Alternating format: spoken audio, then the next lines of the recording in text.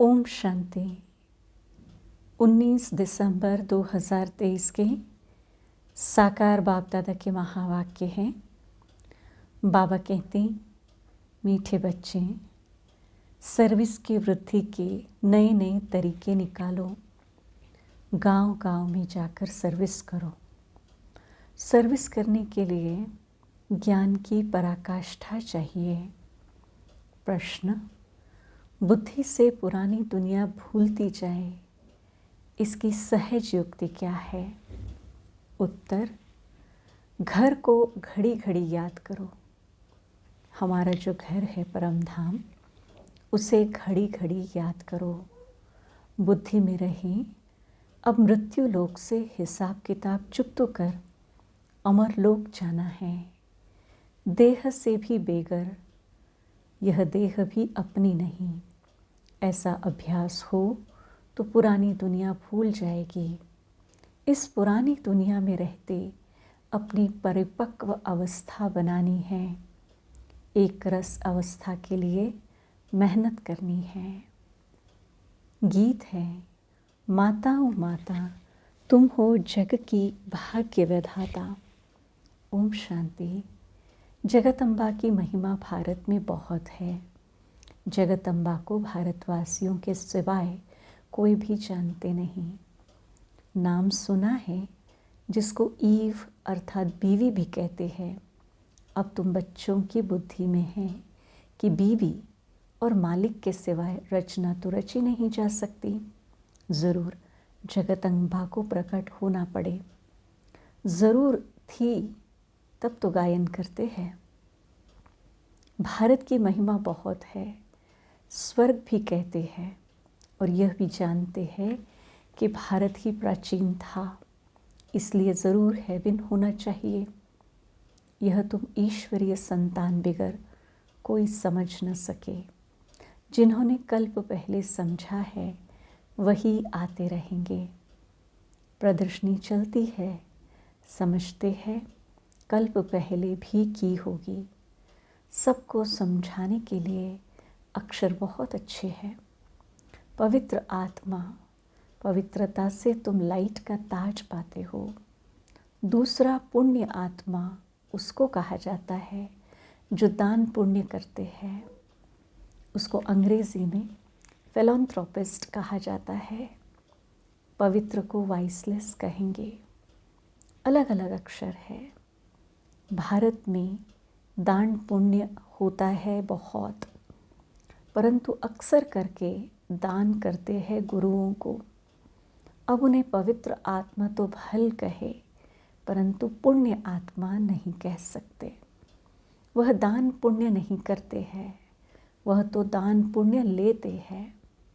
तो इन सब से बुद्धि योग टूट कर बाप से जुड़ जाए। इसके लिए बाप को समझाना पड़ता है कि यह ठीक नहीं है। इन सब का उद्धार करने मैं आता हूँ। तुम ज्ञान सागर से निकली हुई ज्ञान गंगाएं हो।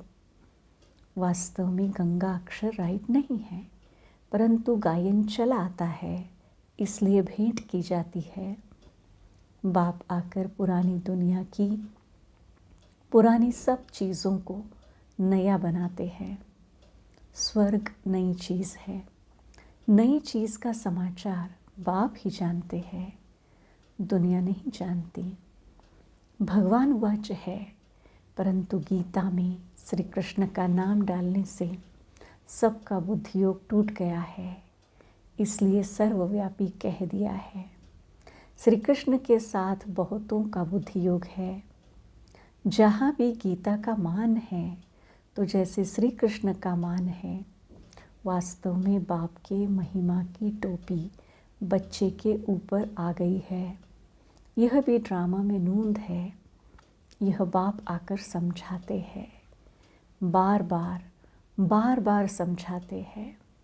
जब कोई आते हैं तो हर एक का ऑक्यूपेशन पूछो, इससे तुम्हारा क्या संबंध है। बाबा ने प्रश्नावली अच्छी बनाई है। सर्विस तो बहुत अच्छी हो सकती है। सर्विस तो जगदम्बा के मंदिर में बहुत अच्छी हो सकती है।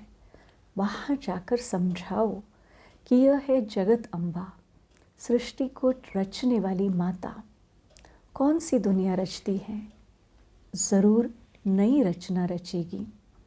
अच्छा, इस माता का पिता कौन है? इनको जन्म किसने दिया? मनुष्य तो मुख वंशावली का अर्थ भी नहीं समझते हैं।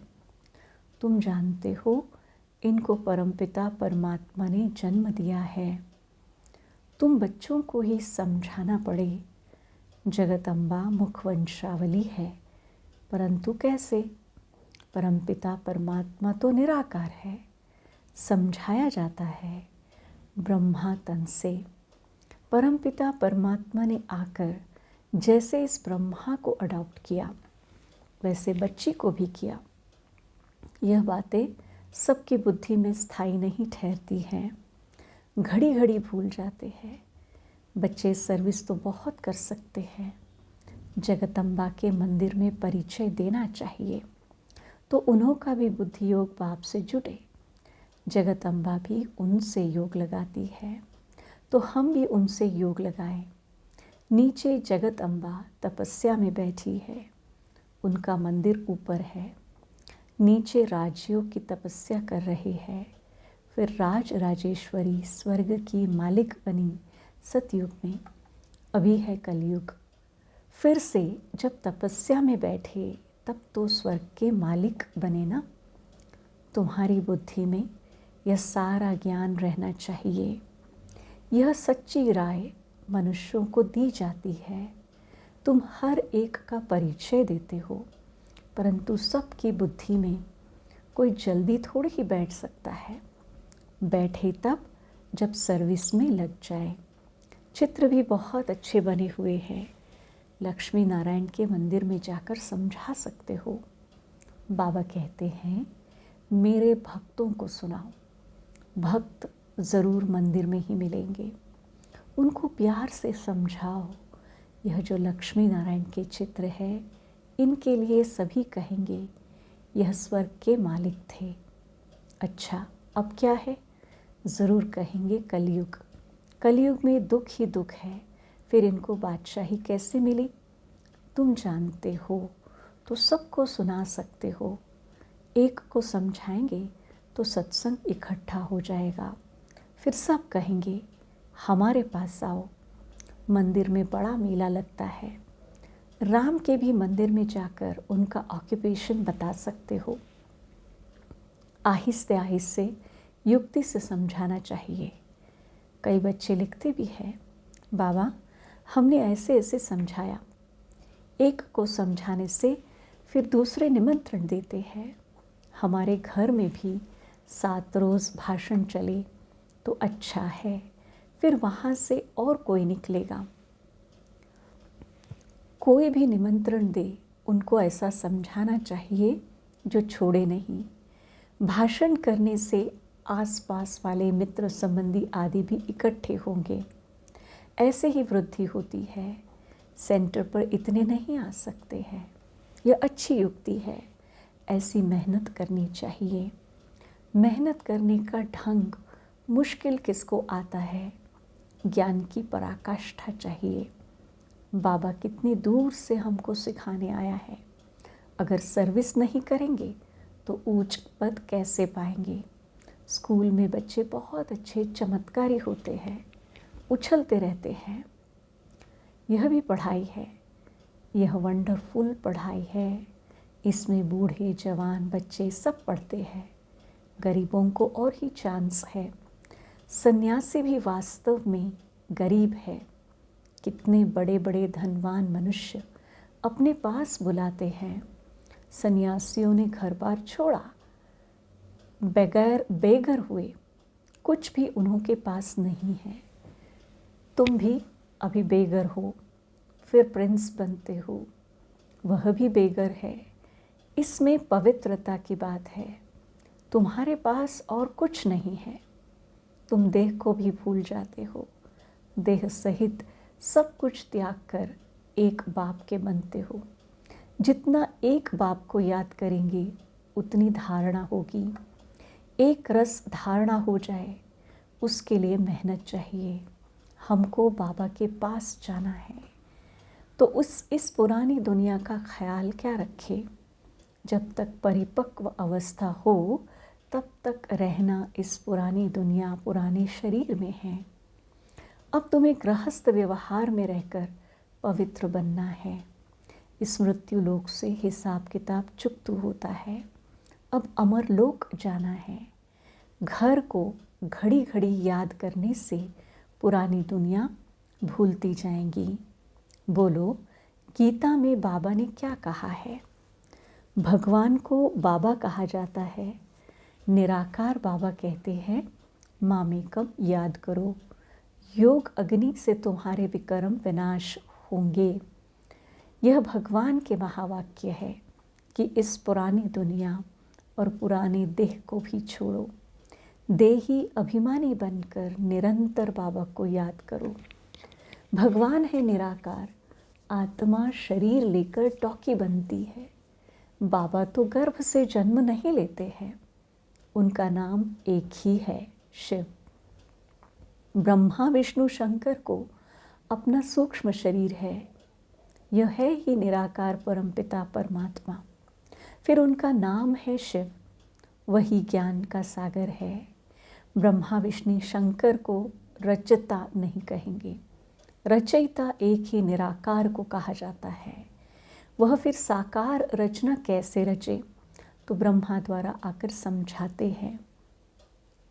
श्री कृष्ण को तो हो न सके, ब्रह्मा के हाथ में ही वेद शास्त्र दिखाते हैं। गाया भी हुआ है, ब्रह्मा द्वारा स्थापना। ब्रह्मा द्वारा सभी शास्त्रों का सार सुनाते हैं। निराकार सुनाते हैं साकार द्वारा। ये बातें अच्छी रीति धारण करनी पड़े। भगवान उवाच, मैं राजयोग सिखलाता हूँ। विनाश के पहले स्थापना भी जरूर चाहिए। पहले पहले है स्थापना। बड़ा ही क्लियर लिखते रहते हैं, ब्रह्मा द्वारा सूर्यवंशी घराने की स्थापना। लिखत में बड़ा अच्छा राज है, परंतु जबकि कोई मेहनत कर और सर्विस में लग जाए, सर्विस में लग जाने से फिर मज़ा आएगा। मम्मा पापा को भी सर्विस में मज़ा आता है। बच्चों को भी सर्विस करनी है। मम्मा को तो मंदिर में नहीं ले जाएंगे, मम्मा की तो बड़ी महिमा है, बच्चों को तो जाना ही पड़े। बाबा कहते हैं, वानप्रस्थियों के पास जाकर उन्होंने प्रश्न पूछो, फिर समझाओ कि कभी गीता अध्ययन की है। गीता का भगवान कौन है? भगवान तो एक ही निराकार होता है। साकार को भगवान नहीं कहेंगे। भगवान एक है।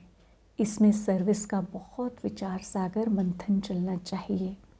प्रैक्टिस करनी है तो बाहर जाकर ट्रायल करनी चाहिए। जगत अम्बा का दर्शन तो रोज़ करने आते हैं। त्रिवेणी पर भी बहुत मनुष्य जाते हैं। वहाँ भी जाकर सर्विस करें, भाषण करें तो ढेर आकर इकट्ठे होंगे, निमंत्रण देते रहेंगे। हमारे पास आकर सत्संग करो। बाबा मम्मा तो कहा जा नहीं सकते, बच्चे जा सकते हैं। बंगाल में काली का मंदिर है, वहाँ भी बहुत सर्विस कर सकते हो। काली कौन है, इस पर भाषण करो, परंतु हिम्मत चाहिए। बाबा जानते हैं कौन समझा सकते हैं। जिनमें देह अभिमान है वह क्या सर्विस कर सकेंगे। सर्विस का सबूत नहीं देते। सर्विस अगर पूरी नहीं की तो नाम बदनाम करेंगे। योगी में बल बड़ा अच्छा रहता है, समझाने के लिए पॉइंट्स बहुत देते रहते हैं, परंतु अच्छे अच्छे महारथी भी भूल जाते हैं। सर्विस तो बहुत है, इसको कहा जाता है बेहद की सर्विस। फिर वह मान भी बहुत पाते हैं। मुख्य है पवित्रता की बात। चलते चलते टूट पड़ते हैं। लौकिक पाप से कभी किसको भी निश्चय नहीं टूटता। यहाँ बाबा के पास जन्म लेते हैं, ऐसे बाप को फिर घड़ी घड़ी भूल जाते हैं, क्योंकि विचित्र है, ऐसे बाप का चित्र ही नहीं है। बाप कहते हैं, मुझे याद करो और तुम पवित्र बनो तो मेरे पास आ जाएंगे। आत्मा समझती है हमने ही 84 जन्मों का पाठ बजाया है। आत्मा में पाठ नूंधा हुआ है, शरीर में थोड़े ही पाठ है। इतनी छोटी आत्मा में कितना भारी पाठ है। यह बुद्धि में कितना नशा रहना चाहिए। व्यवहार के साथ साथ यह सर्विस भी कर सकते हो। माँ बाप तो कहाँ भी नहीं जाएंगे, बच्चे कहाँ भी जाकर सर्विस कर सकते हैं। बच्चों को ही लकी स्टार्स कहा जाता है। अच्छा, मीठे मीठे सिकीलधे बच्चों प्रति ज्ञान लकी सितारों को माता पिता बाप दादा का याद प्यार और गुड मॉर्निंग। रूहानी बाप की रूहानी बच्चों को नमस्ते। धारणा के लिए मुख्य सार, देह अभिमान छोड़ सर्विस करनी है। विचार सागर मंथन कर बेहद की सर्विस का सबूत देना है। दूसरी पॉइंट, स्मृत्यु लोक से पुराने सब हिसाब किताब चुकतो करने हैं। पुरानी देह और पुरानी दुनिया को बुद्धि से भूलते जाना है। वरदान, एक की स्मृति द्वारा एक रस स्थिति बनाने वाले उच्च पद के अधिकारी भव। एक की स्मृति द्वारा एक रस स्थिति बनाने वाले ऊंच पद के अधिकारी भव। एक रस स्थिति बनाने के लिए सदा एक की स्मृति में स्थित रहो। अगर एक के बजाय दूसरा कोई भी याद आया तो एक रस के बजाय बहुरस स्थिति हो जाएगी। जिस समय और कोई रस आकर्षित करता है, जिस समय और कोई रस आकर्षित करता है, उसी समय यदि आपका अंतिम समय आ जाए तो ऊंच पद नहीं मिल सकता। इसलिए हर सेकंड अटेंशन रखो। सदैव एक का पाठ पक्का हो। एक बाप, एक ही संगम का समय और एक रस स्थिति में रहना है तो ऊंच पद का अधिकार मिल जाएगा। स्लोगन, शुद्ध संकल्पों का भोजन स्वीकार करने वाले ही सच्चे सच्चे वैष्णव है। शुद्ध संकल्पों का भोजन स्वीकार करने वाले ही सच्चे सच्चे वैष्णव है। ओम शांति।